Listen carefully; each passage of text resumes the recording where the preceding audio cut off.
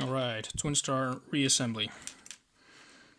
Again, I'm going to assume you've already put all your drivers, springs and stuff in your Bible or body. Now again, use a shim.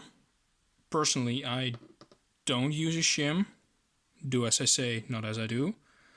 I'm also going to assume you've already got all your key pins and your key in your core. Now, while holding your thumb, with your thumb you're going to hold all of the pins in place. You're going to add in the bottom interactive bits.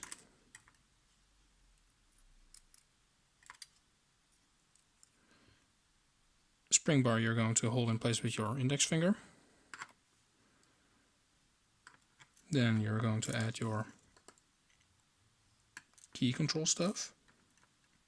If you have it, if you don't, skip this step.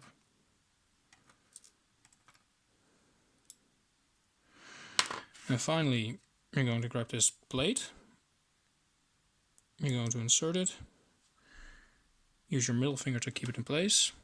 With the key control stuff facing up, you're going to insert the core.